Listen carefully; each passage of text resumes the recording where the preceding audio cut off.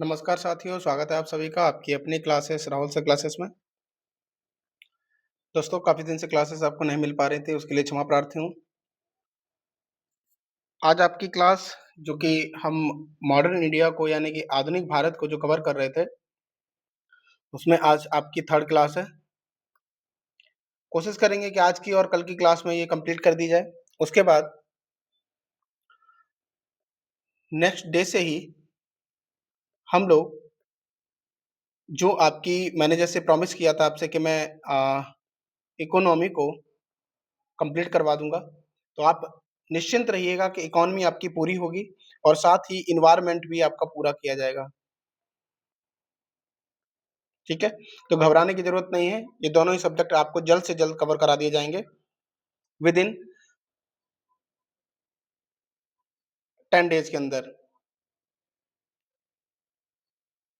ज़्यादा लग रहा है? चलिए कम कर देंगे। कोशिश की जाएगी कि आपके जो जितनी जल्दी हो सके, ठीक है? जैसे हमारा टारगेट था 16 तारीख तक का, ठीक? तो कोशिश करेंगे कि हम 16 तक इसको पूरा कर पाएँ।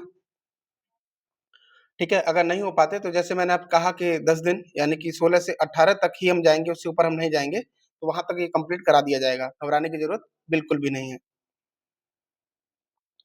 ठीक है? तो आधुनिक भारत जो कि क्विक रिवीजन मॉड्यूल के रूप में हम लोग पढ़ रहे थे, यूपीएससी के पॉइंट ऑफ व्यू से, लेकिन मेरा कहना ये नहीं है कि केवल ये यूपीएससी के लिए ही है, ये आपके यूपीपीएससी यानी यूपीपीसीएस और जो भी अदर स्टेट एग्ज़ाम होते हैं, उनके लिए भी ये महत्वपूर्ण है, ठीक? साथ ही जो भी आपके वन डे एग्ज़ाम होते हैं उनके लिए भी ये ज़रूरी है, ठीक है? तो सबके लिए ये क्लास बहुत महत्वपूर्ण होने वाली है। एट लीस्ट आपको जो बच्चे नए हैं, जो तैयारी शुरू कर रहे हैं, उनको एक ये अनुमान लग जाएगा कि सब्जेक्ट में क्या है, क्या पढ़ना चाहिए, क्या ज़रूरी है, यूपीएससी का पैटर्न क्या है, ये सारी चीज़ें आपको इसमें पता लग जाएँगी, ठीक है? तो चलिए शुरू करते हैं और समझते हैं कि अब तक हमने क्या-क्या पढ़ा है और आगे हम लोग क्या-क्या पढ़ने वाले हैं, ठीक? चलिए।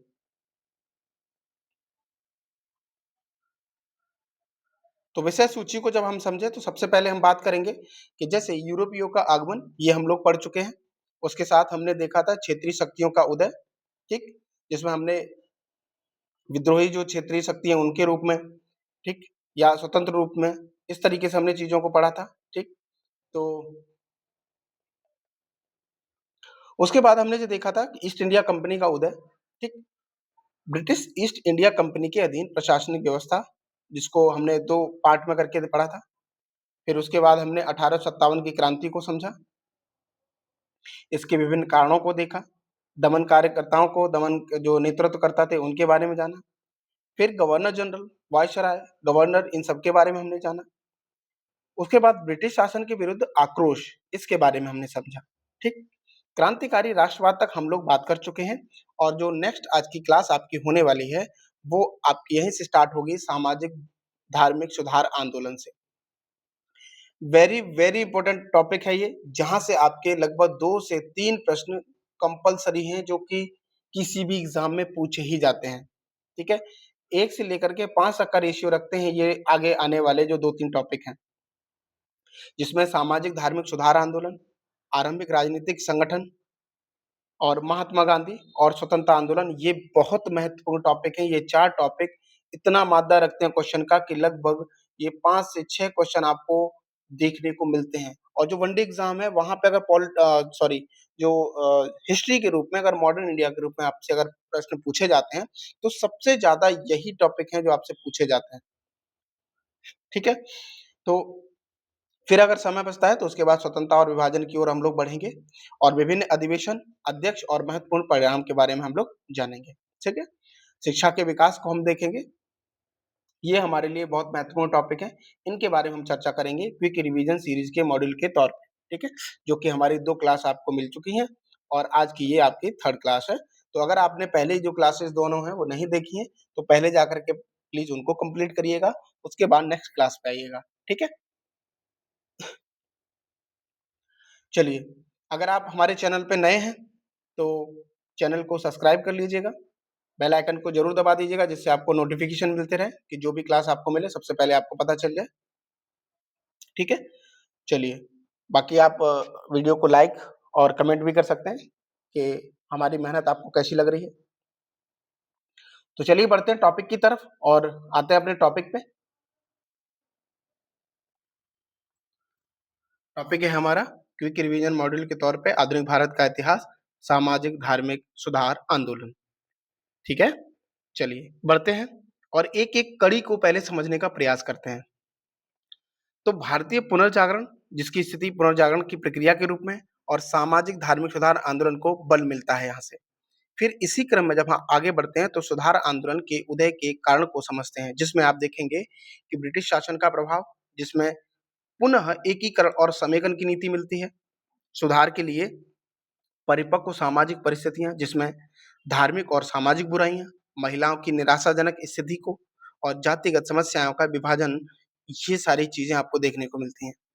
पाश्चात्य संस्कृति का विरोध के रूप में, तो पारंपरिक संस्थानों के पुनरुत्थान तथा उन्हें पुनर्जीवित करने के प्रयास के रूप में, और प्रबुद्ध भारतीयों के बीच नई जागरूकता के रूप में, जो कि आधुनिक पाश्चात्य संस्कृति और पराजय के प्रति नई जागृति और चेतना का स्वरूप।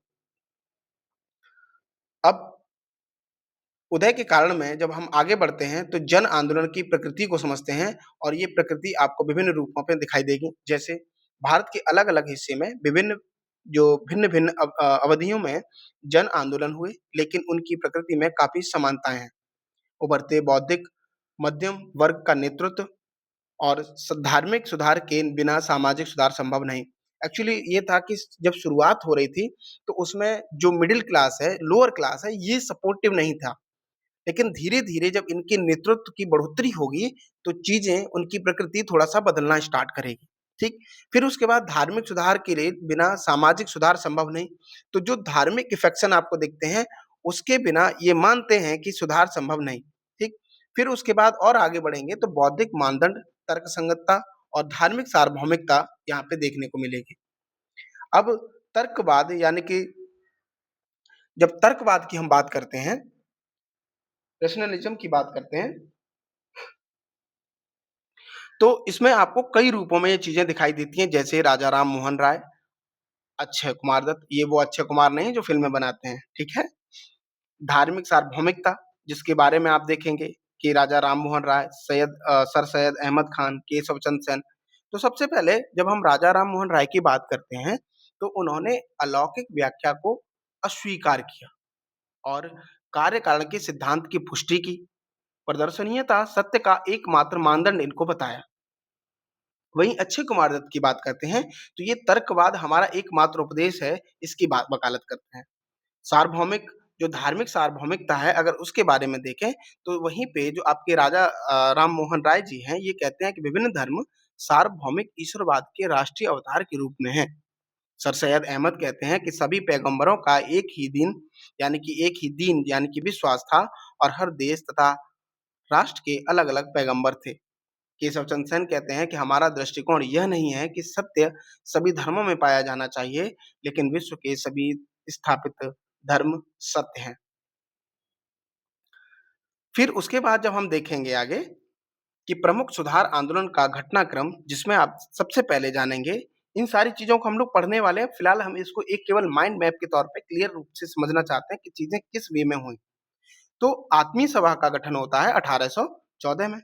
फिर उसके बाद हिंदू कॉलेज की स्थापना 1817 में, वेदांत कॉलेज की स्थापना 1825, ब्रह्म समाज 1828, यंग बंगाल आंदोलन 1820 से 30 के दशक में ये देखा जाता है।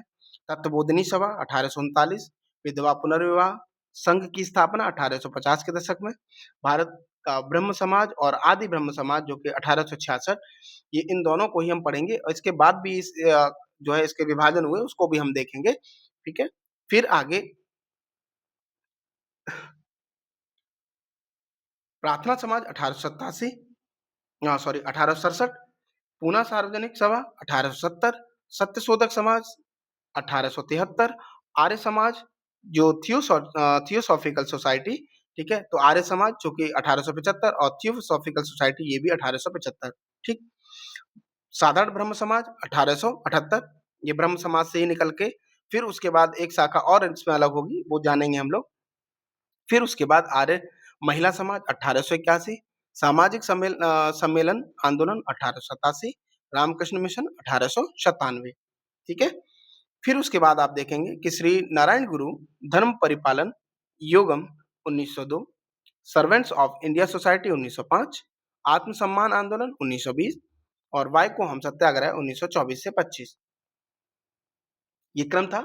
अब इन क्रम को महिलाओं के कानूनी अधिकारों का जो घटनाक्रम है उसको समझेंगे।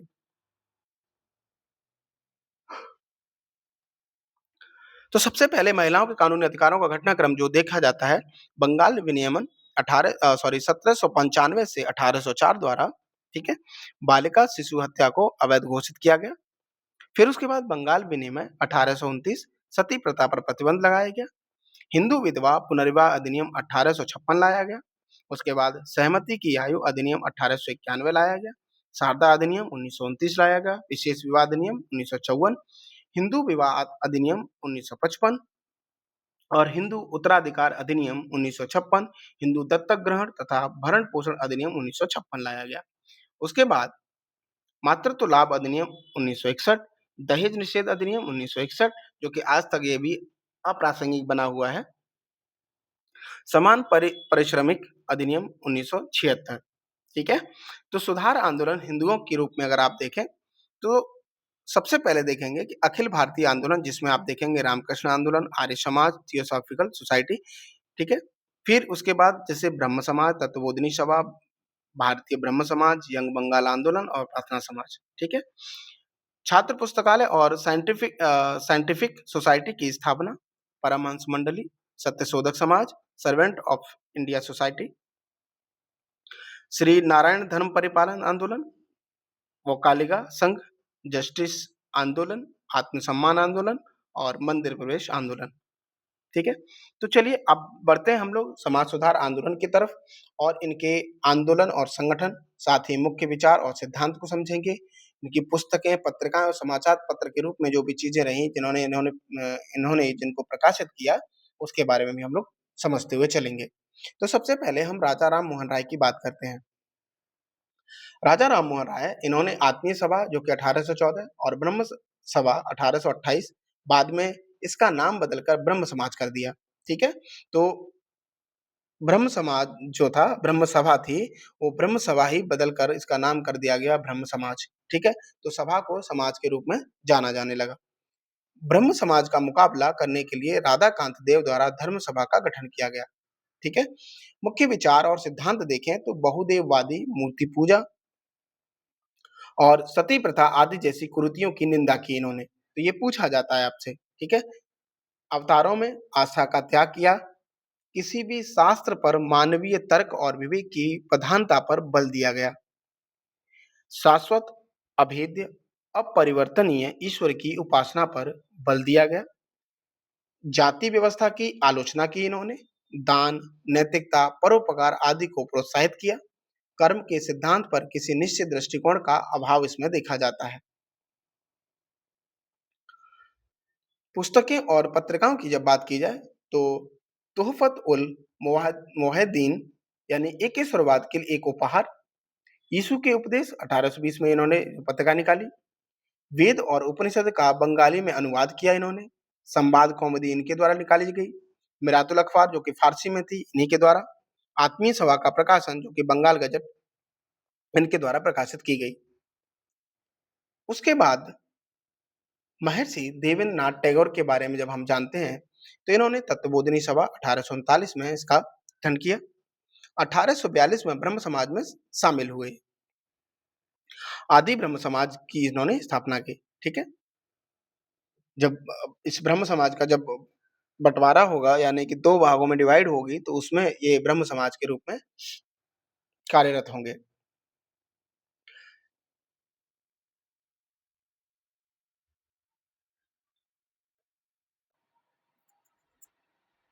बात की जाए विचार और सिद्धांत के रूप में तो एक तर्क संगत दृष्टिकोण और राजा राम मोहन के विचारों के प्रचार के साथ भारत के अतीत के व्यवस्थित अध्ययन को बढ़ावा दिया। ब्रह्म समाज के सदस्यता अभियान में एक नई जीवन शक्ति और क्षमता का संचार किया। पत्र पत्रिकाओं के रूप में देखें तो बंगाल में तत्वबोधिनी पत्रिका इन्होंने जारी की। नेक्स्ट केशव चंद्र सेन के बारे में। धैर्य रखिएगा, ये सारी चीजें बहुत अच्छे से क्रम में आने वाली हैं, एकदम घबराने की जरूरत नहीं है, एक एक चीज को बहुत अच्छे से रिवीजन करते हुए हम लोग चलेंगे, ठीक है। जो आपके एग्जाम के पॉइंट ऑफ व्यू से बेहद महत्वपूर्ण है, उन्हीं चीजों पे हम लोग फोकस कर रहे हैं। आप 10 साल के पेपर उठा के देखिएगा तो आपने जो जो आज पढ़ा है, इसको थोड़ा सा आप जब पढ़ने बैठेंगे तो इस क्लास के साथ थोड़ा सा रिसर्चर लेवल, मतलब जैसे कि हम क्लास कर रहे हैं और क्लास में जो भी नाम आ रहे हैं, जो सभाएं आ रही हैं, इन सभा में थोड़ी गहनता के साथ आप तैयारी करते हुए जरूर चलेंगे, ठीक है। यूपीएससी के पॉइंट ऑफ व्यू से, बाकी आपका यूपीपीसीएस और वो सब एग्जाम तो मोर देन सफिशिएंट है इतना, ठीक है। चलिए, बंगाल के अब केशव चंद्र सेन की जब बात करते हैं तो बंगाल के बाहर ब्रह्म समाज की शाखाएं खोली इन्होंने और वर्ष 1866 में भारतीय ब्रह्म समाज की स्थापना की, ठीक। बंगाल के बाहर ब्रह्म समाज को लोकप्रिय बनाया, सिद्धांत और विचार के रूप में देखें तो सभी धर्मों के पहलुओं को शामिल करके समाज की बैठकों का सार्वभौमिकरण किया, जाति व्यवस्था का प्रखर विरोध था किया था इन्होंने, यानी कि जो व्यवस्था थी उसको ये नहीं मानते थे, अंतर जाति विवाह को समर्थन दिया इन्होंने, ठीक है। नेक्स्ट बढ़ते हैं ईश्वर चंद्र विद्यासागर की तरफ। इन्होंने संस्कृत विद्यालय के ये प्राचार्य थे, बैतूल स्कूल के सचिव भी रहे ये, ठीक। महिलाओं के लिए उच्च शिक्षा के अग्रणी माने जाते हैं, विधवा पुनर्विवाह का वैधीकरण किया, बाल विवाह और बहुविवाह के खिलाफ थे ये, ठीक है। यानी कि एक पति की कई पत्नियां नहीं होंगी, इसी को बोलते हैं बहुविवाह। तो इन्होंने उसको खिलाफ, उनके खिलाफ गए, उसके विरोध में, ठीक है। अब पत्र और पत्रिकाओं के रूप में जब देखें तो इनका विशेष रूप से कई पत्रिकाओं के साथ इनका संबंध है, जैसे तत्वबोधिनी पत्रिका, सोम प्रकाशन और सर्व शुभंकरी पत्रिका, हिंदू पैट्रियट, ठीक है। आगे बढ़ते हैं स्वामी दयानंद सरस्वती के रूप में। आर्य समाज की स्थापना 1875, वर्ष 1886 में दयानंद एंग्लो वैदिक यानी डीएवी जो आज कॉलेज है, इसकी स्थापना की, शुद्धि यानी शुद्धिकरण आंदोलन की स्थापना की, ठीक। सिद्धांत और विचार की बात करें तो वर्गहीन और जाति विहीन समाज का दृष्टिकोण, एक अखंड भारत यानी धार्मिक, सामाजिक एवं राष्ट्रीय स्तर पर, ठीक है। साथ ही विदेशी शासन से भारत की मुक्ति, जिसमें आर्य धर्म सभी का सामान्य धर्म है। इन्होंने ही नारा दिया कि वेदों की ओर लौटो, ठीक है, पूछा जाता है, आपसे कई बार पूछा गया है। वैदिक शिक्षा और धर्म की वैदिक शुद्धता का पुनरुद्धार, न कि वैदिक काल का, ठीक है। हिंदू रूढ़िवादिता, जातिगत कठोरता, अस्पृश्यता, मूर्ति पूजा, बहुदेववाद, जादू टोना और पशु बलि आदि को जो पशु बलि, इसकी आलोचना इन्होंने की, ठीक। चलिए नेक्स्ट बढ़ते हैं आगे स्वामी विवेकानंद जी की तरफ। इन्होंने वेलूर में रामकृष्ण मठ की स्थापना की थी। उद्देश्य से समझें तो परमार्थ यानी सेवा और व्यवहार यानी व्यवहार के बीच अंतर को समाप्त करना, ईश्वर की मौलिक एकता में विश्वास करते थे। वर्ष 1893 में शिकागो में आयोजित धर्म संसद में भाग लिया था इन्होंने, वेदांत प्रणाली की सदस्यता ली और जीव की सेवा यानी जीवित वस्तु की शिव ही जो पूजा है, उनका जो जीवित जीव की सेवा के रूप में शिव की पूजा, ठीक है। चलिए आगे बढ़ते हैं महादेव गोविंद रनाड़े।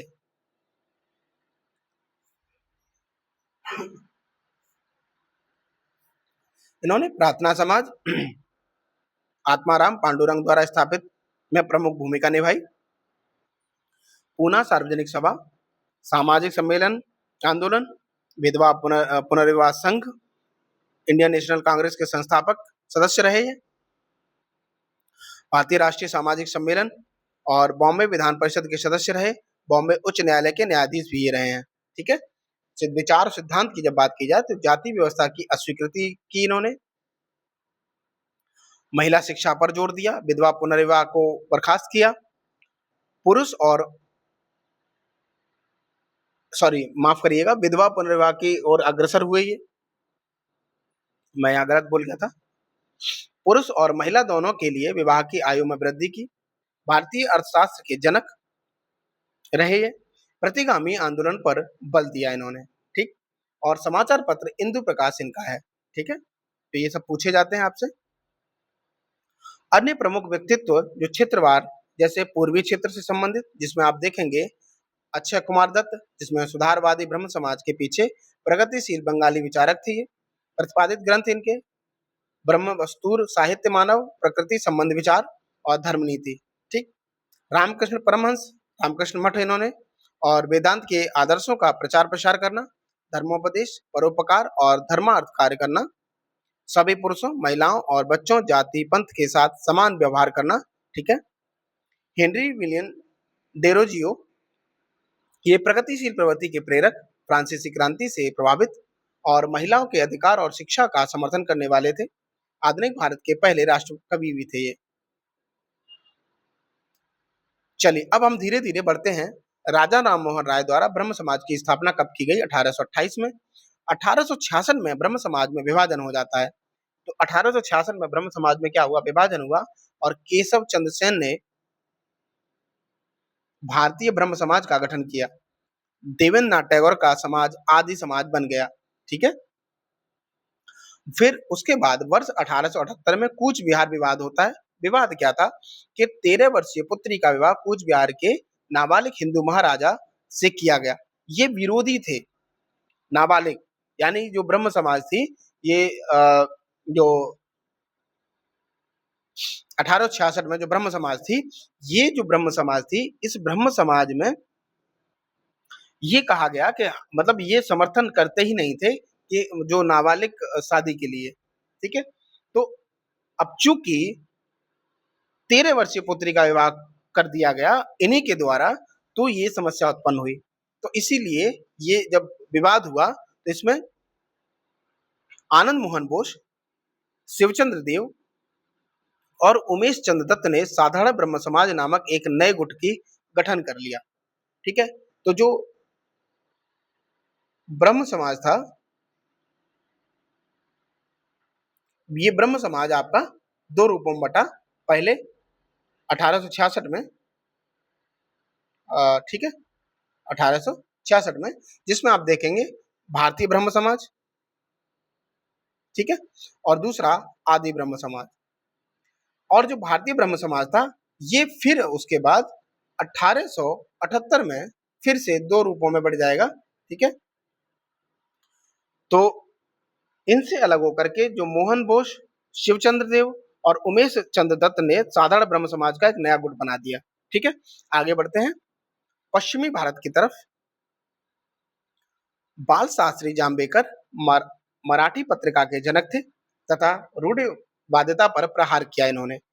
प्रतिपादित समाचार पत्र वर्ष 1832 में प्रथम मराठी समाचार पत्र के रूप में दर्पण तथा वर्ष 1840 में दिग्दर्शन का प्रकाशन किया इन्होंने। ठीक। Bombay native general library and native improvement society की स्थापना की। ठीक। ज्योतिबा फुले, इनके बारे में देखें तो वर्ष 1873 में सत्य शोधक समाज की स्थापना की। उद्देश्य क्या था? जाति व्यवस्था और सामाजिक आर्थिक असमानताओं का पूर्ण उन्मूलन करना, महिलाओं और निचली जाति के लोगों को शिक्षित करना। कृतियां क्या? तो सार्वजनिक सत्य धर्म और गुलामगिरी इनकी कृतियां थी। महात्मा की उपाधि से सम्मानित किया गया इनको। ठीक है। पंडित रमाबाई, आर्य महिला समाज, मुक्ति मिशन, शारदा सदन स्थापना की गई। उसके बाद कार्य क्षेत्र देखें तो बाल विवाह का विरोध किया इन्होंने, बालिका शिक्षा को प्रोत्साहन दिया इन्होंने और महिलाओं की दशा में सुधार करने का प्रयास भी किया इन्होंने। ठीक है। चलिए और कुछ नाम है। गोपाल हरि देशमुख, लोकहितवादी। लोकहितवादी उपनाम से साप्ताहिक प्रभाकर जो है शुरू किया इन्होंने। और अन्य जो कृतियां इनकी जानी जाती हैं जैसे ज्ञान प्रकाश, इंदु प्रकाश और लोकहितवादी। ठीक है। इसी तरीके से गोपाल गणेश आगरकर, ये शिक्षाविद और समाज सुधारक थे। सह संस्थापक new English school, Deccan education society और फर्ग्यूसन कॉलेज की स्थापना, सह संस्थापक थे ये उनके। साप्ताहिक केसरी के प्रथम संपादक भी थे ये तथा साप्ताहिक समाचार पत्र सुधारक की भी शुरुआत की थी इन्होंने। गोपाल कृष्ण गोखले की अगर बात की जाए तो वर्ष 1905 में सर्वेंट ऑफ इंडिया सोसाइटी की स्थापना की। राष्ट्रीय मिशनरियों को प्रशिक्षण दिया। यह प्रशिक्षण हितवाद के समान कार्य करता था। ठीक है, चलिए अब दक्षिण भारत की तरफ कूच करते हैं, जिसमें हम देखेंगे सुधारवादी आंदोलन संबंध संगठन, मुख्य विचार और सिद्धांत के रूप में। तो सबसे पहले श्री नारायण गुरु जी के बारे में। श्री नारायण गुरु धर्म परिपालन आंदोलन की शुरुआत और अरविपुरम आंदोलन की शुरुआत की इन्होंने। ठीक, केरल के समाज में व्याप्त भेदभाव को दूर करने के लिए कार्य किया इन्होंने। सभी धर्मों को एक समान माना था। जाति, नस्ल, पंथ के आधार पर विभाजन के विरुद्ध थी ये। पब्लिक स्कूलों में प्रवेश का अधिकार, साथ ही सरकारी सेवाएं, सड़कों तक पहुंच और मंदिरों में प्रवेश आदि जैसे मुद्दों को इन्होंने बहुत ही जोर शोर से उठाया था। आगे ईवी रामास्वामी नायर, ये स्वाभिमान आंदोलन की शुरुआत की और ब्राह्मणवादी धर्म को अस्वीकार किया इन्होंने। ठीक है, नेक्स्ट है कंदुकुरी वीरेशलिंगम, ये हितकारिणी जो कि परोपकारी जो सभा है उसकी शुरुआत की और ब्रह्म समाज के आदर्शों से ये प्रभावित थे। ठीक है, चलिए अन्य हिंदू सुधार आंदोलन के रूप में जब हम बात करते हैं तो जैसे थियोसॉफिकल सोसाइटी और वाइकोम सत्याग्रह। तो थियोसॉफिकल सोसाइटी जो संयुक्त राज्य अमेरिका में मैडम HP ब्लावात्स्की और कर्नल HS अलकॉट द्वारा स्थापित किया गया। ठीक, मुख्यालय अडियार था और कृष्ण और गीता के ज्ञान का उपदेश इन्होंने दिया। वाइकोम सत्याग्रह ये KP केशव मेनन द्वारा इसका नेतृत्व किया गया। अछूतों के लिए हिंदू मंदिर और मार्ग खोलने की मांग की इन्होंने।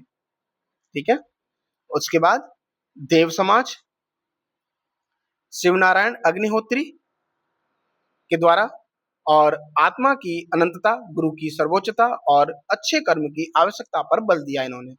राधा स्वामी आंदोलन तुलसी राम शिवदयाल साहब, ठीक है, के द्वारा शुरुआत की गई। एक परम अस्तित्व, गुरु की सर्वोच्चता, पवित्र लोगों की एक संगत यानी सत्संग और एक सरल सामाजिक जीवन की इन्होंने शुरुआत की। ठीक है, जिसको आज हम सत्संग के रूप में देखते हैं, वो एक सरल मतलब एक तरीके से लोगों की एक संगत के रूप में है। ठीक है, चलिए जस्टिस आंदोलन जिसमें मद्रास प्रेसिडेंसी और CN मुदलियार, TM नायर और P त्यागराज के द्वारा गैर ब्राह्मणों के प्रतिनिधित्व के लिए ये कार्य था। वो कालिका संघ जिसमें ये मैसूर में जो ब्राह्मण विरोधी आंदोलन था। मंदिर प्रवेश आंदोलन जो कि मुख्य रूप से श्री नारायण गुरु और N कुमारन आशन के आदर्शों पर T के माधवन द्वारा जो है स्टार्ट किया गया। ठीक है, चलिए मुस्लिम सुधार आंदोलन की जब बात की जाती है तो जैसे फराजी आंदोलन जिसमें पूर्वी बंगाल में हाजी शरीयतुल्लाह द्वारा स्थापित किया गया। क्षेत्र के मुसलमानों के बीच तत्कालीन सामाजिक नवाचारी विचारधाराओं का उन्मूलन करना था। अहमदिया आंदोलन जो कि वर्ष 1889 में मिर्जा गुलाम अहमद द्वारा स्टार्ट किया गया। जिहाद का विरोध करते हुए सारी मानवता के लिए सार्वभौमिक धर्म का सिद्धांत इन्होंने दिया।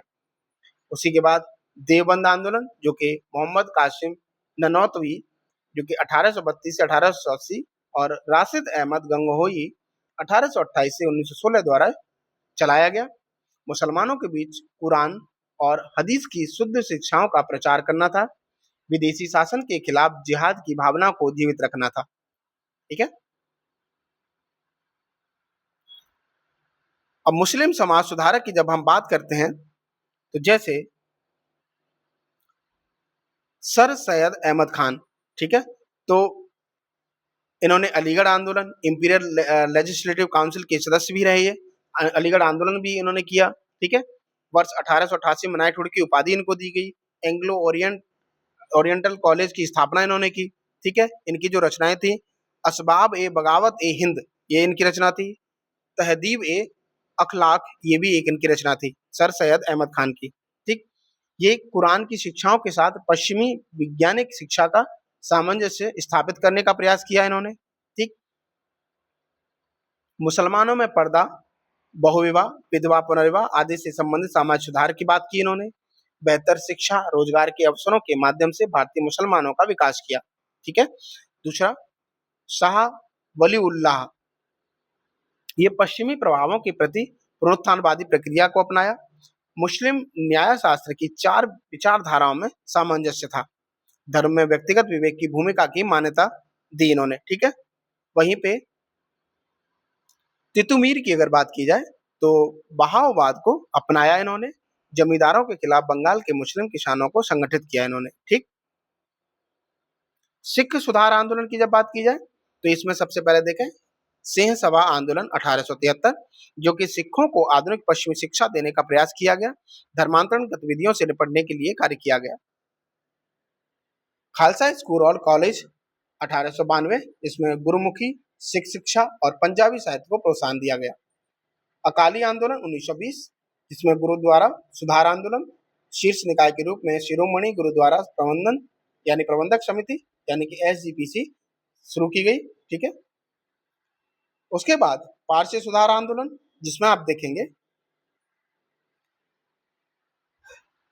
नौरोजी फरूनुद्दीन दादा भाई नौरोजी के, ठीक है, नौरोजी फरूनुद्दीन और दादा भाई नौरोजी, KR कामा, SS बंगाली जैसे नेताओं के साथ रहनुमाई मजदयासन सभा 1851 का गठन किया गया, ठीक है। और वर्ष 1885 में बहराम जी एम मालाबारी द्वारा सेवा सदन की स्थापना की गई। वहीं राष्ट्र गुफ्तार, जो सच बताने वाला एंग्लो गुजराती समाचार पत्र दादा भाई नौरोजी द्वारा शुरू किया गया, ठीक है। नेक्स्ट बढ़ते हैं हम लोग। अब धीरे धीरे हम लोग उस चरण की तरफ बढ़ रहे हैं जो आरंभिक राजनीति के संगठन के रूप में, इसमें भारतीय राष्ट्रीय कांग्रेस से पहले के राजनीतिक संगठन के रूप में हम लोग पढ़ेंगे, ठीक है। तो बंगाल के संगठन के रूप में जब आप देखें तो सबसे पहले बंग भाषा प्रकाशिका सभा, जो कि इसकी स्थापना 1836 में की गई। किसके द्वारा की गई? तो राजा राम मोहन राय के द्वारा, ठीक है। जमींदारी संघ लैंड होल्डर सोसाइटी, इसकी स्थापना 1838 द्वारका नाथ टैगोर जी के द्वारा की गई। बंगाल ब्रिटिश इंडिया सोसाइटी 1843 की स्थापना जॉर्ज थॉम्पसन के द्वारा की गई, ठीक है। ब्रिटिश इंडिया या ब्रिटिश इंडियन एसोसिएशन 1851 में इसकी स्थापना लैंड होल्डर सोसाइटी और बंगाल ब्रिटिश इंडिया सोसाइटी के विलय करके की गई, ठीक है।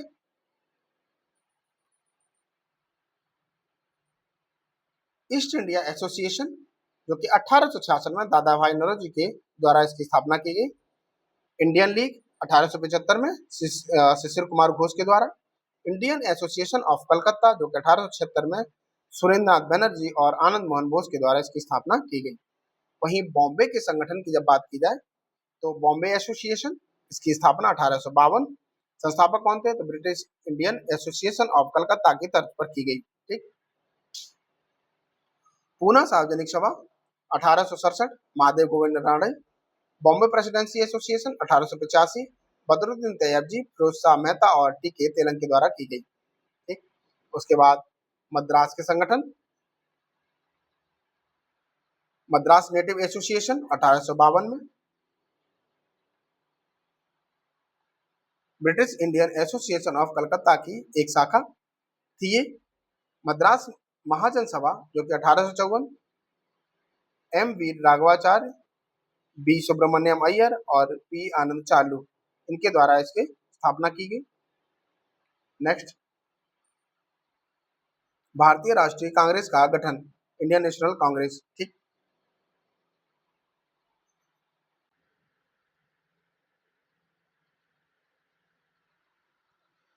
आइए इसकी प्रस्तावना को समझते हैं।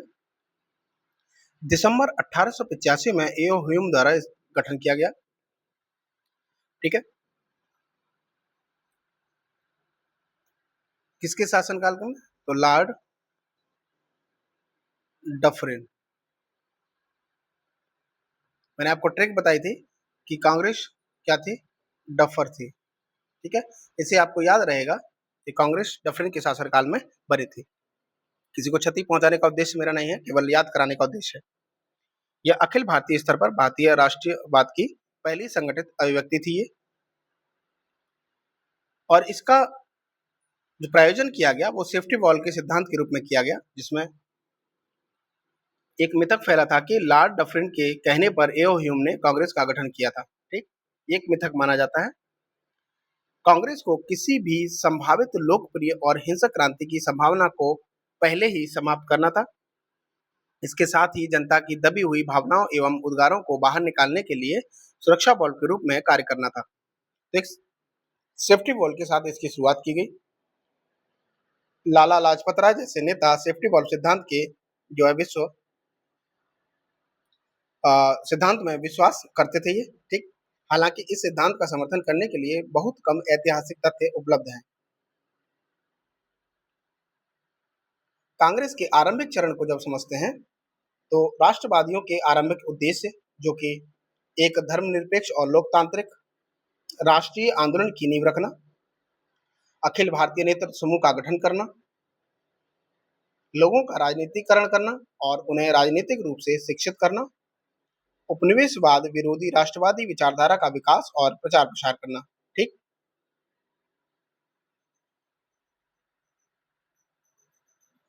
राजनीतिक कार्य पद्धति के रूप में जब आप समझते हैं तो कानून के दायरे में रहकर संवैधानिक आंदोलन चलाना, भारत की स्थितियों में यानी कि भारत की स्थितियों से अंग्रेजों को परिचित कराना। प्रारंभिक राष्ट्रवादियों ने निम्नलिखित कदम उठाए, जिसमें चेतना और राष्ट्रीय भावना को जगाने व आम राजनीतिक सवालों पर लोगों को जागरूकता एवं एकजुट करने का प्रयास किया गया। भारत में सुधारों को लागू करने के लिए ब्रिटिश सरकार और ब्रिटिश जनता की राय को अपने पक्ष में करने के प्रयत्न किए गए इसमें। ठीक, नेक्स्ट उदारवादी राष्ट्रवादियों का योगदान देखें तो ब्रिटिश उपनिवेशवाद की आर्थिक आलोचना, जिसमें दादाभाई नौरोजी, आरसी दत्त व दिनसा वाचा ने ब्रिटिश द्वारा भारत के शोषण की व्याख्या करने के लिए धन की निकासी का सिद्धांत प्रस्तुत किया। ठीक, उन्होंने एक आत्मनिर्भर अर्थव्यवस्था से एक औपनिवेशिक अर्थव्यवस्था के रूप में भारत के रूपांतरण पर प्रकाश डाला। संवैधानिक सुधार तथा विधायिका में प्रचार प्रसार के रूप में देखें तो भारतीय परिषद अधिनियम 1861 द्वारा गठित इंपीरियल लेजिस्लेटिव काउंसिल एक प्रतिनिधि निकाय के रूप में एक शक्तिहीन निकाय थी। ये वर्ष 1885 से 1892 के बीच राष्ट्रवादियों ने निम्नलिखित मांगे की। क्या क्या मांगे थी? अधिक राष्ट्रीय सदस्यों को शामिल करते हुए परिषद का विस्तार करना, परिषद को अधिक शक्ति, विशेष रूप से वित्तीय शक्ति देना। ठीक, इन मांगों को भारतीय परिषद अधिनियम 1892 में पूरा कर दिया गया। उसके बाद देखिए प्रशासनिक सुधारों के लिए अभियान के रूप में, जिसमें धन की निकासी को रोकने के लिए सरकारी सेवाओं के भारतीयकरण की मांग की गई, न्यायपालिका का कार्यपालिका से पृथक्करण करने की बात की गई, लोक कल्याण, शिक्षा और कृषि पर व्यय में वृद्धि का आह्वान किया गया, आक्रामक विदेश नीति की आलोचना की गई। ठीक, उसके बाद नागरिक अधिकारों की रक्षा के रूप में इसमें भाषण, विचार, संगठन और एक स्वतंत्र प्रेस का अधिकार शामिल था। इसने आधुनिक लोकतांत्रिक विचारों के प्रसार में मदद की थी। ठीक है, नेक्स्ट देखें नरमपंथियों का मूल्यांकन। सकारात्मक और सीमाओं के रूप में देखें जो नरमपंथियों के मूल्यांकन के रूप में, तो उस समय की सबसे प्रगतिशील शक्ति का प्रतिनिधित्व किया, समान हित वाले सभी भारतीयों का राष्ट्रीय जागरण किया, लोगों को राजनीतिक कार्यों में प्रशिक्षित किया और आधुनिक विचारों को लोकप्रिय बनाया, औपनिवेशिक शासन के शोषक चरित्र को उजागर किया, अधिक जोरदार और जन आधारित राष्ट्रीय आंदोलन के लिए एक मजबूत आधार तैयार किया। ठीक, सीमाएं देखें तो अपने लोकतांत्रिक आधार और अपनी मांगों के दायरे को विस्तृत करने में विफल रहे। ये राष्ट्रीय आंदोलन को एक संकीर्ण सामाजिक आधार के भीतर रखा। नरमपंथी जनता के ऊपर राजनीतिक रूप से कम विश्वास करते थे। इन्हें लगता था कि जनता रूढ़िवादी विचारों वाली और अज्ञानी है। नरमपंथी अंग्रेजों के खिलाफ उग्रवादी राजनीतिक रुख नहीं अपना सके। ठीक है, अब उपनिवेशवाद की आर्थिक आलोचना के रूप में देखें तो प्रमुख नेता और धन की निकासी का सिद्धांत देखेंगे तो नरमपंथी औपनिवेशिक शासन को आर्थिक रूप से शोषक समझते थे। तीन प्रमुख नेता थे, कौन कौन से? दादाभाई नौरोजी, महादेव गोविंद रनाड़े और रमेश चंद्र दत्त। ठीक, अन्य महत्वपूर्ण नेताओं में जीवी जोशी, जी सुब्रमण्यम अय्यर, जी.के. गोखले, गोपाल कृष्ण गोखले, पृथ्वी चंद्र राय आदि शामिल थे। और धन निकासी सिद्धांत के रूप में देखें तो भारत की पूंजी और संपत्ति का एक बड़ा हिस्सा ब्रिटेन को भेजा जाता था। भारत में कार्यरत कैसे भेजा जाता था? तो भारत में कार्यरत ब्रिटिश नागरिक और सैन्य अधिकारियों के वेतन एवं पेंशन दी जाती थी यहीं से। भारत सरकार द्वारा लिए गए ऋण पर ब्याज दिया जाता था। भारत में ब्रिटिश पूंजीपतियों का मुनाफा, गृह शुल्क, ब्रिटेन में भारत सरकार के खर्च यहीं से किए जाते थे। यह सिद्धांत वर्ष 1867 में नौरोजी द्वारा प्रतिपादित किया गया। ठीक है। आगे फूट डालो और राज करो की नीति तथा मुस्लिम लीग के रूप में। तो फूट डालो और राज करो की नीति के रूप में जब आप देखते हैं तो इसका अर्थ था लोगों को धार्मिक आधार पर बांटना और भारतीय राजनीति में सांप्रदायिक व अलगाववादी प्रवृत्तियों को बढ़ावा देना। ठीक है। देश में एक संयुक्त राष्ट्रीय भावना के विकास को रोकने के लिए अंग्रेजों ने फूट डालो और राज करो की नीति पालन करने का फैसला किया। ठीक। उन्होंने मुस्लिम जमींदारों, भूस्वामियों और नए शिक्षित युवाओं को अपने पक्ष में करने का फैसला किया। तो ये थी आपकी फूट डालो और राज करो की नीति। नेक्स्ट है मुस्लिम लीग की स्थापना। ढाका के नवाब आगा खां और नवाब मोहसिन उल मुल्क के नेतृत्व में 1906 में ये इसकी मुस्लिम लीग की स्थापना की गई। कहाँ की गई? तो ढाका में। ठीक है। निष्ठावान, सांप्रदायिक और रूढ़िवादी राजनीतिक संगठन के रूप में स्थापित हुआ ये। इसने उपनिवेशवाद की कोई आलोचना नहीं की। बंगाल के विभाजन का समर्थन किया था इन्होंने, ये बहुत बार पूछा गया है आपसे। और सरकारी सेवाओं में मुसलमानों के लिए विशेष सुरक्षा उपायों की मांग की। तो आप देखेंगे कि बंगाल का विभाजन जो 1905 में किया गया था उसमें मुस्लिम और हिंदू और भी वर्ग इसमें शामिल थे जिन्होंने इसका विरोध किया, लेकिन मुस्लिम लीग ने इसका विरोध नहीं किया था बल्कि समर्थन किया था।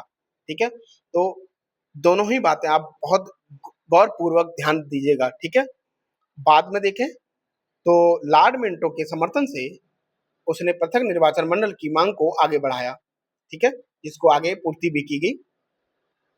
इनकी सांप्रदायिक मांगों को पार्लियामेंट्री सुधार में स्वीकार किया गया। ठीक है। जैसा अभी मैंने आपसे बताया, जिसे भारत सरकार अधिनियम 1909 के रूप में जाना जाता है। तो 1909 के अधिनियम में, जो कि पार्लियामेंट्री सुधार के नाम से जाना जाता है, इसमें सांप्रदायिक मांगों को स्वीकार कर लिया गया। ठीक। अंग्रेजों ने बढ़ते राष्ट्रवाद से निपटने के लिए मुस्लिम लीग का इस्तेमाल किया और मुसलमानों के बीच उभरते बुद्धिजीवी वर्ग को राष्ट्रीय आंदोलन में शामिल होने से रोक दिया। ठीक। बंगाल का विभाजन और स्वदेशी आंदोलन के रूप में देखें तो सबसे पहले बंगाल का विभाजन, तो वर्ष 1905 में वायसराय कर्जन, ये आपसे पूछा गया है, ने प्रशासनिक सुविधा के लिए बंगाल का विभाजन किया। बंगाल के विभाजन ने पूरे भारत के लोगों को आक्रोशित कर दिया। 1905 के बनारस अधिवेशन में जी.के. गोखले की अध्यक्षता में कांग्रेस ने बंगाल के लिए स्वदेशी और बहिष्कार आंदोलन का समर्थन किया। ठीक। लेकिन इसका मुख्य उद्देश्य बंगाली राजनेताओं के प्रभाव को कम करना और बंगाली लोगों को विभाजित करना और राष्ट्रवाद को जड़ से खत्म करना था। ठीक। कांग्रेस के सभी वर्गों ने इसका विरोध किया। इसका प्रभाव बंगाल में सबसे ज्यादा था। आंध्र के डेल्टाई भाग में इन आंदोलन को वंदे मातरम के रूप में जाना जाता था। ठीक है। स्वदेशी आंदोलन। स्वदेशी आंदोलन ने ब्रिटिश शासन का विरोध करने का आह्वान किया और स्वयं सहायता, स्वदेशी उद्यम, राष्ट्रीय शिक्षा एवं भारतीय भाषाओं के उपयोग को प्रोत्साहन किया। ठीक। उग्रपंथियों ने स्वराज हेतु संघर्ष के लिए बड़े पैमाने पर लामबंदी की और ब्रिटिश संस्थानों तथा सामानों के बहिष्कार की वकालत की। कुछ ने यह भी सुझाव दिया कि ब्रिटिश शासन को हटाने के लिए क्रांतिकारी हिंसा आवश्यक होगी। प्रमुख नेता पूना और बॉम्बे में लोकमान्य तिलक, पंजाब में अजीत सिंह, लाला लाजपत राय और दिल्ली में सैयद हैदर रजा तथा मद्रास प्रेसिडेंसी में चिदम्बरम पिल्लई ने इसका प्रमुख नेतृत्व किया। अंततः क्रांतिकारी आंदोलन के खतरे को रोकने के लिए वर्ष 1911 में बंगाल के विभाजन को क्या कर दिया गया? रद्द कर दिया गया। ठीक है। और यहीं पे राजधानी के रूप में दिल्ली का चुनाव किया गया। ठीक है। चलिए आगे बढ़ते हैं। स्वदेशी आंदोलन का प्रभाव, क्या प्रभाव पड़ा? संघर्ष का एक नया स्वरूप देखने को मिला। इसमें विदेशी वस्तुओं का बहिष्कार, तो इसमें देखें तो इसमें विदेशी कपड़े व विदेशों में निर्मित नमक या चीनी का बहिष्कार और सार्वजनिक रूप से उनकी होली जलाना शामिल था। तो जो विदेशी कपड़े थे उनको जलाया गया, ठीक है। जनसभाएं और जुलूस के रूप में ये जन लामबंदी और लोकप्रिय अभिव्यक्ति के प्रमुख तरीकों के रूप में उभरे। स्वयंसेवकों के कोर या समितियों के रूप में इन समितियों ने जादुई लालटेन के उपदेशों, स्वदेशी गीतों और अपने सदस्यों को शारीरिक और नैतिक प्रशिक्षण प्रदान करने के माध्यम से जनता के बीच राजनीतिक चेतना उत्पन्न की थी। ठीक, पारंपरिक लोकप्रिय त्योहारों और मेलों का कल्पनात्मक उपयोग किया, जिसमें तिलक के गणपति और शिवाजी उत्सव न केवल पश्चिमी भारत में बल्कि बंगाल में भी स्वदेशी प्रचार के माध्यम बन गए। ठीक है, चलिए आगे। आत्मनिर्भरता पर जोर दिया गया, इसमें राष्ट्रीय गरिमा, सम्मान व आत्मविश्वास और गांवों के सामाजिक तथा आर्थिक उत्थान की पुनः पुष्टि की गई। स्वदेशी या राष्ट्रीय शिक्षा कार्यक्रम के तौर पे टैगोर के शांति निकेतन से प्रेरित होकर बंगाल नेशनल कॉलेज की स्थापना की गई। अरविंद घोष को इसके प्राचार्य का कार्यभार दिया गया। जल्द ही देश के विभिन्न हिस्सों में राष्ट्रीय स्कूल और कॉलेज खोले गए। तो ये वो दौर था कि अब हमने जो पाश्चात्य शिक्षा थी उसको नकारना शुरू किया, उनके कपड़ों को त्यागना शुरू किया, उनकी जो सभ्यता थी उसको हमने हटाना शुरू किया, वहां से जो भी सामान जैसे नमक चीनी वगैरह आते थे उसका भी हमने बहिष्कार किया। ठीक है, तो अब आप इस समय में आप देखेंगे कि सबसे ज्यादा कॉलेज खुलेंगे, ठीक है, स्वदेशी शिक्षा के रूप में। उसके बाद देखें स्वदेशी या देशज उद्यम, जिसमें स्वदेशी कपड़ा मिलों, साबुन और माचिस की फैक्ट्रियों, चर्म शोधक शोधन जो शालाएं हैं, बैंकों, बीमा कंपनियों, दुकानों आदि की स्थापना करने के माध्यम से स्वदेशी की भावना को जो है अभिव्यक्ति मिली। ठीक है, तो ये सारी चीजें करने का प्रयास किया गया। सांस्कृतिक परिवेश में प्रभाव देखें तो इस अवसर पर टैगर द्वारा लिखी गई अमार सोनार बंगला बाद में बांग्लादेश मुक्ति संग्राम के लिए प्रेरणा बनी। तमिलनाडु में सुब्रमण्यम भारती ने स्वदेश गीत की रचना की। पेंटिंग के क्षेत्र में अवनींद्रनाथ टैगोर ने विक्टोरियन प्राकृतिकवाद के वर्चस्व को तोड़ा। ठीक है, जन भागीदारी में वृद्धि की बात की जाए तो जैसे छात्र के रूप में, तो छात्र बड़ी संख्या में स्वदेशी का प्रचार और उपयोग करने के लिए आगे आए। महिलाएं, विशेष रूप से शहरी मध्यम वर्ग की महिलाएं परंपरागत रूप से गृह केंद्रित थी। उन्होंने जुलूसों और धरनों में सक्रिय भागीदारी शुरू कर दी, लेकिन अभी भी महिला का एक बहुत बड़ा वर्ग इसमें शामिल नहीं था। मुसलमान, तो मध्यम और उच्च वर्ग के अधिकांश मुसलमान दूर रहे या मुस्लिम बहुल पूर्वी बंगाल के विभाजन का समर्थन किया। ठीक है, श्रमिक अशांति और ट्रेड यूनियन, इसमें बढ़ती कीमतों और नस्ली अपमान के मुद्दे पर एक मुख्य रूप से विदेशी स्वामित्व वाली कंपनियों में हड़तालें आयोजित की गईं। ये सब कार्य किए गए। उसके बाद देखें तो सूरत में कांग्रेस का विभाजन होगा और क्रांतिकारी आंदोलन का उदय होगा। तो एक्चुअली कांग्रेस जो है दो रूपों में बढ़ जाएगी, नरमपंथी और चरमपंथी के रूप में। ठीक है, तो सूरत में कांग्रेस का विभाजन देखें तो ये जो विभाजन था वो दिसंबर 1907 में ऐसे समय हुआ जब क्रांतिकारी आंदोलन ने गति पकड़ ली थी। इससे पहले वर्ष 1905 में बनारस अधिवेशन में गरमपंथी नेता बहिष्कार और स्वदेशी आंदोलन को बंगाल के बाहर के क्षेत्रों में फैलाना चाहते थे, जबकि उदारवादी इसके घोर विरोधी थे और इसीलिए यहाँ से विभाजन देखने को मिलता है। वर्ष 1906 में कलकत्ता अधिवेशन में कांग्रेस ने नेहरू जी की अध्यक्षता में स्वराज या स्वशासन को अंतिम लक्ष्य घोषित किया। गरमपंथी नेता चाहते थे कि वर्ष 1907 का सत्र नागपुर में हो तथा जिसके अध्यक्ष तिलक या लाला लाजपत राय हों। साथ ही स्वदेशी बहिष्कार और राष्ट्रीय शिक्षा प्रस्तावों की पुनरावृत्ति हो। ठीक, लेकिन ऐसा नहीं हो सका। आगे नरमपंथी तिलक को अध्यक्ष पद के लिए अस्वीकार करते हुए सूरत में इस सत्र को आयोजित करना चाहते थे। वे राज बिहारी घोष को अपना अध्यक्ष बनाना चाहते थे और स्वदेशी बहिष्कार व राष्ट्रीय शिक्षा पर प्रभाव को छोड़ने की मांग कर रहे थे। दोनों पक्षों के कड़े रुख के कारण विभाजन अपरिहार्य हो गया। अवसर को भांपते हुए सरकार ने गरमपंथियों के खिलाफ कड़ी कार्रवाई शुरू कर दी। मुख्य गरमपंथी नेता तिलक को 6 वर्ष के लिए मांडले जेल भेज दिया गया। अरविंदो और बिपिन चंद्रपाल ने सक्रिय राजनीतिक से संन्यास ले लिया तथा लाला लाजपत राय विदेश चले गए। ठीक है, तो जो लाल बाल पाल की जो तिगड़ी थी वो बिखर गई। इस प्रकार आंदोलन वर्ष 1908 से 1914 के बीच एक शांत चरण में प्रवेश कर गया। ठीक। तिलक ने वर्ष 1914 में जेल से रिहा होने के पश्चात उसे पुनर्जीवित किया।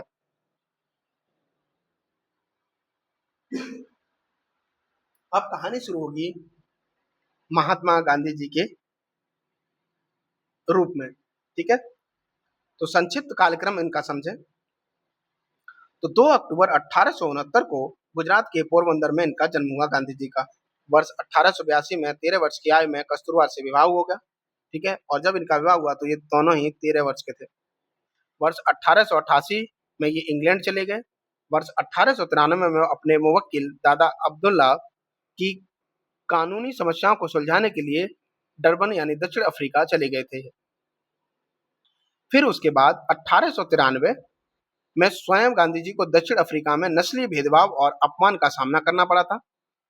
पीटर्सबर्ग स्टेशन पर उन्हें ट्रेन की प्रथम श्रेणी की बोगी से बाहर निकाल दिया गया।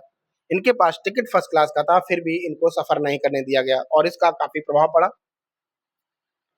फिर 1894 में नेटाल इंडियन कांग्रेस की स्थापना की, ये आपसे कई बार पूछा गया है। उसके बाद 1899 में बोअर युद्ध के दौरान भारतीय एम्बुलेंस कोर की स्थापना की इन्होंने। वर्ष 1903 में गांधी जी ने दक्षिण अफ्रीका में इंडियन ओपिनियन नामक समाचार पत्र की शुरुआत की। ठीक। उसके बाद 1904 नेटाल में फिनिक्स सेटलमेंट की स्थापना की। यह टॉलस्टॉय फॉर्म का अग्रगामी माना जाता है। ठीक। उसके बाद 1906 ब्रह्मचर्य का व्रत लिया इन्होंने। 1908 में मगनलाल गांधी के सूत्रीकरण जो कि सत्याग्रह के आधार पर सत्याग्रह पद को अपनाया। ठीक। और 1909 किल्डोनन कैसल जहाज पर हिंद स्वराज लिखा इन्होंने। ठीक। वर्ष 1910 में टॉलस्टॉय फॉर्म की स्थापना की। 1912 में गोपाल कृष्ण गोखले का दक्षिण अफ्रीका दौरा आरंभ हुआ। गोपाल कृष्ण गोखले गांधी जी के राजनीतिक गुरु माने जाते हैं। वर्ष 1915 में उन्हें कैसरे हिंद मेडल से सम्मानित किया गया। 9 जनवरी 1915 गांधी जी दक्षिण अफ्रीका से भारत लौट आए। ठीक है, तो इसलिए प्रवासी दिवस के रूप में 9 जनवरी को मनाया जाता है। उसके बाद देखें वर्ष 1917 में, अब यहां से कहानी शुरू होगी। साबरमती आश्रम की स्थापना करेंगे। ठीक है, और वर्ष 1917 में चंपारण सत्याग्रह जो कि प्रथम सविनय अवज्ञा कहलाएगा। ठीक है। उसके बाद 1918 में अहमदाबाद मिल हड़ताल जो कि 1918 में हुई, ये पहली भूख हड़ताल थी इनकी। और वर्ष 1918 में ही खेड़ा सत्याग्रह जो पहला असहयोग आंदोलन के रूप में। ठीक। वर्ष 1919 में रॉलेट एक्ट के खिलाफ सत्याग्रह, जिसमें गांधी जी ने रॉलेट एक्ट के खिलाफ देशव्यापी अभियान चलाने का आह्वान किया। ठीक है, तो ये निकल चुके थे शामिल होने के लिए, लेकिन इनको हरियाणा में एक जगह पड़ती है पलवल। ठीक है, वहां से इनको गिरफ्तार कर लिया गया। ठीक है, ब्रिटिश कानूनों के खिलाफ सविनय अवज्ञा और गिरफ्तारी व कारावास के लिए समर्पण दिखाया इन्होंने। वर्ष 1919 जलियांवाला बाग में नरसंहार या अमृतसर का नरसंहार हुआ। वर्ष 1920 में के हंटर आयोग को अमृतसर के जलियांवाला बाग नरसंहार की जांच के लिए नियुक्त किया गया। ठीक। और वर्ष 1920 में असहयोग आंदोलन की शुरुआत हुई थी। ठीक है। उसके बाद वर्ष 1922 बारदोली तालुका के लोगों ने भू स्वराज के भुगतान के खिलाफ और सविनय अवज्ञा के लिए संकल्प लिया। 1922 में चौरी चौरा में पुलिस कर्मियों की मौत हुई। चौरी चौरा कांड हुआ। ठीक है, चौरी चौरा घटना हुई जिससे ये जो आंदोलन था वो वापस भी लिया गया, और इस घटना के कारण महात्मा गांधी ने असहयोग आंदोलन को वापस ले लिया। ठीक। वर्ष 1924 में बेलगांव कांग्रेस की अध्यक्षता की इन्होंने, और वर्ष 1925 में गांधी जी ने ऑल इंडियन स्पिनर्स एसोसिएशन का गठन किया। ठीक है। उसके बाद 1925 में देखें तो autobiography the story of my experiment with truth का प्रकाशन किया। सत्य के साथ मेरे प्रयोग अथवा आत्मकथा इन्होंने लिखी। वर्ष 1929 में कांग्रेस के लाहौर अधिवेशन में पूर्ण स्वराज के प्रस्ताव को पारित किया। 1930 में सत्याग्रह आश्रम से दांडी मार्च आरंभ हुआ, और वर्ष 1931 गांधी इरविन समझौते पर हस्ताक्षर किए, जिसके बाद गोलमेज सम्मेलन में जो कांग्रेस शामिल हुई। ठीक। 1931 में लंदन में दूसरे गोलमेज सम्मेलन में कांग्रेस के एकमात्र प्रतिनिधि के रूप में भाग लिया इन्होंने। 1932 में यूनाइटेड किंगडम के प्रधानमंत्री रैमसे मैकडोनाल्ड ने सांप्रदायिक पंचायत की घोषणा की। इसका उद्देश्य दलित वर्गों सहित कई समुदायों के लिए अलग निर्वाचन मंडल की व्यवस्था करना था। इसे मैकडोनाल्ड अवार्ड के नाम से जाना जाता है। इसी से फिर गांधी जी परेशान हो जाएंगे और फिर उसके बाद गांधी जी अम्बेडकर जी के साथ एक पूना पैक्ट होगा, ठीक है, 1932 में ही। तो वर्ष 1932 में देखिए अगला ही है, पूना पैक्ट पर हस्ताक्षर किए गए। इसमें दलित वर्गों के लिए प्रांतीय और केंद्रीय विधान परिषदों में आरक्षित सीटों की व्यवस्था की गई, लेकिन सामान्य मतदाताओं द्वारा मतदान किया जाना था, ठीक है। इसमें एक तरफ तो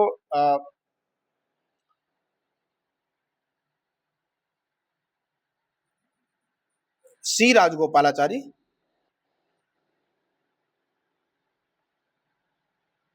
इन्होंने सिग्नेचर किया और दूसरी तरफ अम्बेडकर जी ने सिग्नेचर किया, ठीक है। ये आपसे एक बार पूछा गया इसलिए मैंने आपको बता दिया। गांधी जी ने सिग्नेचर नहीं किया, उनकी जगह राजगोपालाचारी ने सिग्नेचर किया था, ठीक है। वर्ष 1932 में हरिजन सेवा संघ का गठन किया इन्होंने, ठीक। उसके बाद 1933 में हरिजन यानी हरिजन सेवक जो कि हिंदी और हरिजन बंधु जो गुजराती का प्रकाशन आरंभ किया, ये पत्रिकाएं निकाली इन्होंने। वर्ष 1936 त्रावणकोर मंदिर हरिजनों के लिए खोले गए। वर्ष 1942 भारत छोड़ो आंदोलन के प्रस्ताव को अपनाया गया, करो या मरो का नारा दिया इन्होंने। वर्ष 1946 तीन सदस्यीय ब्रिटिश प्रतिनिधिमंडल दिल्ली पहुंचा। स्टेफोर्ड क्रिप्स, पैथिक लॉरेंस और एवी अलेक्जेंडर इसके सदस्य थे। उसके बाद वर्ष 1946 कांग्रेस कार्य समिति ने संविधान सभा के गठन को स्वीकार करने का संकल्प मंजूर किया। 30 जनवरी 1948 गॉडसे ने गांधी जी की हत्या कर दी, ठीक। वर्ष 1948 रामदास ने यमुना के तट पर उनका अंतिम संस्कार किया। राजघाट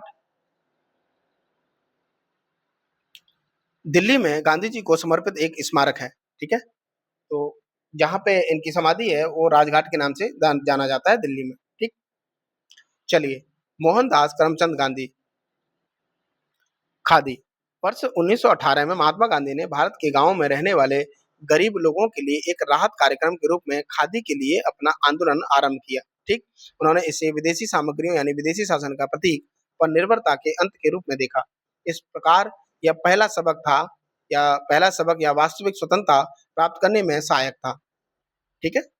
चरखा यानी ये जो खादी चरखा इनके जो अपनाते थे उसके ऊपर जो क्या टिप्पणी है उसके बारे में बताया गया है। चरखा जो कि महात्मा गांधी आधुनिक युग के आलोचक थे, जिसमें मशीनों ने मनुष्यों को गुलाम बना लिया था और श्रमिकों को प्रतिस्थापित कर दिया था। उन्होंने चरखे को एक ऐसे मानव समाज के प्रतीक के रूप में देखा जो मशीनों और प्रौद्योगिकी का महिमा मंडन नहीं करेगा। चरखा गरीबों को पूरक आय भी प्रदान कर सकता था और उन्हें आत्मनिर्भर भी बना सकता था, ये इनका मानना था। दक्षिण अफ्रीका में गांधी जी के संघर्ष के दो चरण देखने को मिलते हैं। संघर्ष का मध्यम चरण, ठीक है, जो कि वर्ष 1894 से 1906 और निष्क्रिय प्रतिरोध चरण सत्याग्रह जो कि 1906 से 1914, ठीक है। आपसे कई बार पूछा जाता है कि गांधी जी पहली बार कांग्रेस में कब शामिल हुए, तो 1901 में कांग्रेस में ये शामिल हुए थे, यानी बीच में आए थे उसके बाद शामिल हुए थे। फिर उसके बाद 1915 में ये भारत आते हैं और 1916 में ये पार्टिसिपेट करते हैं कांग्रेस में, जो कि कांग्रेस का जो लखनऊ अधिवेशन होता है, ठीक है। आगे आएगा, घबराने की जरूरत नहीं, सब कुछ पढ़ेंगे। मध्यम चरण जो कि वर्ष 1894 से 1906 के बीच, इस चरण में उन्होंने दक्षिण अफ्रीका विधायिका, लंदन में औपनिवेशिक सचिव और ब्रिटिश संसद को याचिकाएं एवं निवेदन पत्र भेजने पर ध्यान केंद्रित किया। निष्पक्षता की उम्मीद में उन्होंने भारतीयों की एम्बुलेंस कोर बनाकर द्वितीय बोर युद्ध में भी अंग्रेजों का सहयोग किया।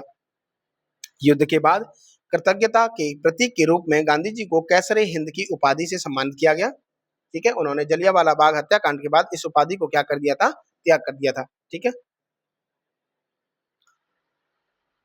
इस चरण में गांधी जी ने नेटाल भारतीय कांग्रेस की स्थापना की और अपना समाचार पत्र इंडियन ओपिनियन जारी किया। निष्क्रिय प्रतिरोध चरण या सत्याग्रह वर्ष 1906 से 1914। दूसरे चरण में गांधी जी ने सत्याग्रह का प्रयोग किया।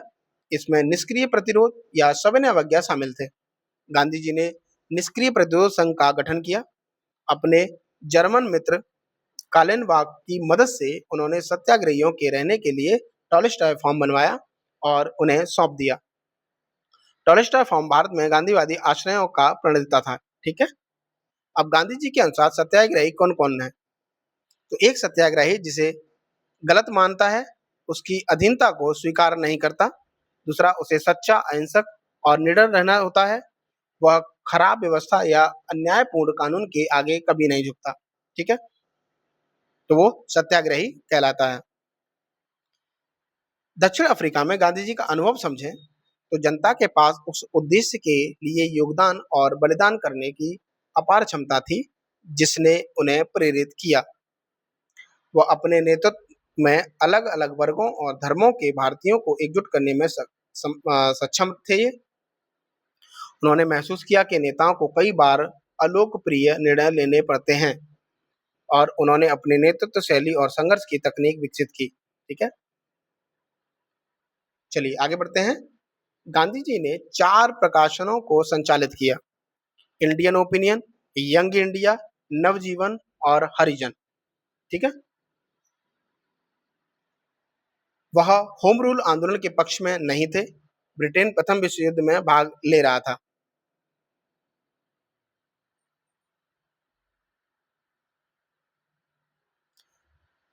चलिए आगे बढ़ते हैं और समझते हैं चीजों को। तो 9 जनवरी 1915 गांधी जी की भारत की वापसी हुई। इस दिन को वर्ष 2003 से भारत में प्रवासी भारतीय दिवस के रूप में मनाया जाता है। कब से मनाया जाता है? 2003 से।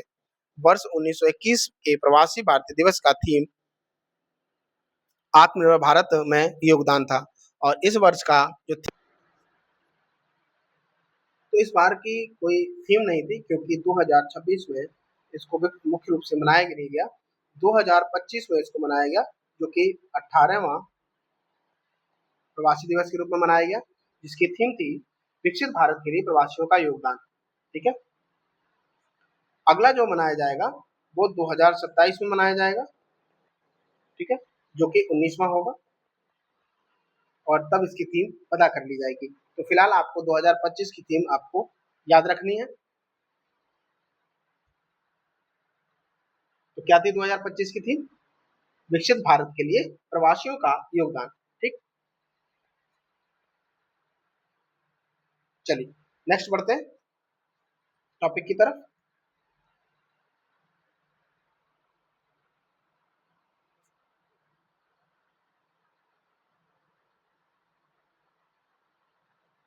गांधी जी में यानी कि भारत में गांधी जी के प्रारंभिक आंदोलन, इसमें स्थानीय संघर्ष और जनता के साथ पहचान। ठीक। चंपारण सत्याग्रह वर्ष 1917 में हुआ जो प्रथम सविनय अवज्ञा आंदोलन बना। ठीक। राजकुमार शुक्ल ने गांधी जी से नील बागान मालिकों के सामने आने वाली समस्याओं पर गौर करने का अनुरोध किया।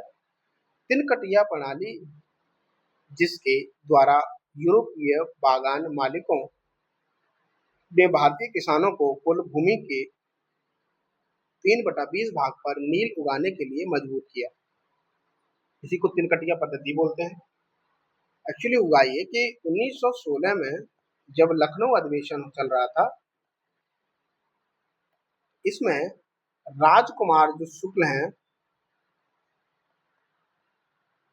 ये पहुंचते हैं, गांधी जी से परिचय करते हैं, बात करते हैं और गांधी जी से कहते हैं कि गांधी जी आइए हमारे यहाँ पर देखिए। तो जाते हैं और वहां पे उनकी बात को सच देखा जाता है और फिर उसके लिए चंपारण सत्याग्रह का आह्वान किया जाता है। ठीक है। तो ये कहानी थी। चलिए नेक्स्ट बढ़ते हैं।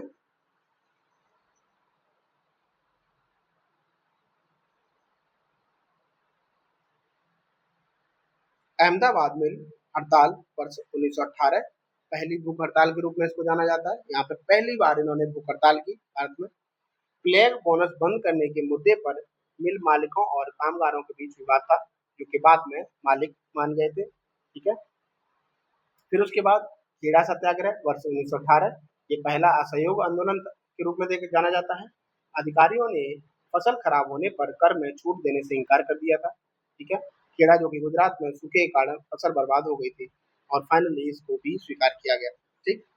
और कहा गया कि असहयोग मतलब सहयोग नहीं किया जाएगा, इसलिए इसको असहयोग के रूप में देखा जाता है। उसके बाद रॉलेट सत्याग्रह। रॉलेट सत्याग्रह ने गांधी जी को वास्तविक अर्थों में राष्ट्रीय नेता बना दिया। ठीक, रॉलेट एक्ट को अराजक और क्रांतिकारी अपराध अधिनियम 1919 के नाम से भी जाना जाता है। इसने राजनीतिक कैदियों को बिना किसी मुकदमे के 2 वर्ष के तक हिरासत में रखने की अनुमति दी थी। ठीक है, एक काला कानून की तरह था। इस अधिनियम को भारतीयों से विशेष रूप से पंजाब क्षेत्र में व्यापक क्रोध और असंतोष का सामना करना पड़ा था। फिर उसके बाद जलियांवाला बाग में नरसंहार हुआ, या अमृतसर का नरसंहार, जो कि 1919 में देखा गया। निर्मम हत्या की गई थी, एक तरफ से सबको गोलियों से भून दिया गया था।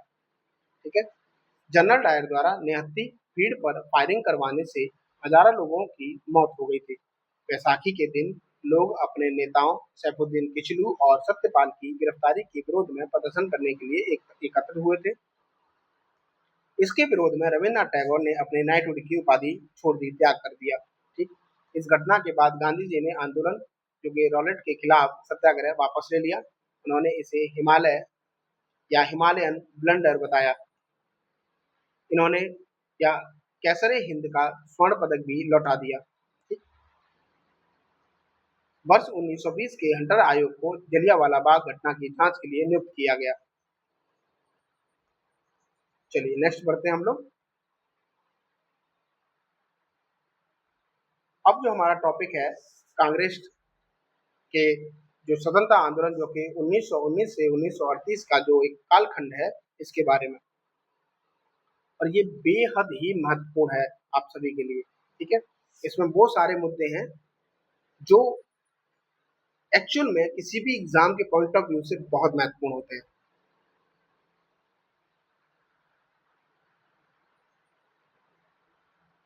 तो इस पे बात करेंगे हम लोग अगली क्लास में।